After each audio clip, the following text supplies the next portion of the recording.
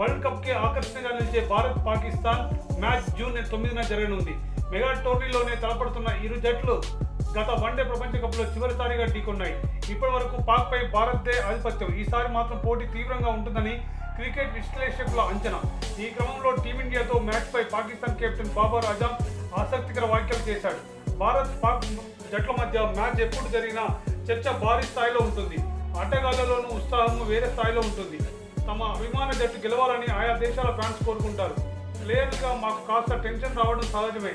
ప్రాథమిక సూత్రాలకు లోబడి మాదైన శైలిలో క్రికెట్ ఆడేందుకు ప్రయత్నిస్తాం. తీవ్ర ఒత్తిడి ఉండే మ్యాచ్ కూల్గా ఉండి ఆడగలిగితే ఫలితం అనుకూలంగా వస్తుంది. దానికి తగ్గట్టుగా సాధన చేయాల్సిందే. కెప్టెన్ గా నాపై అంచనాలు భారీగానే ఉంటాయి. ఇలాంటి మెగా టోర్నీలో అవి మరింత ఎక్కువగా భావోద్వేగాలు నియంత్రించుకోవాలి. ఆటగాళ్లకు మద్దతుగా నిలిచి అత్యుత్తమ ప్రదర్శన రాబట్టేలా చేయాలి.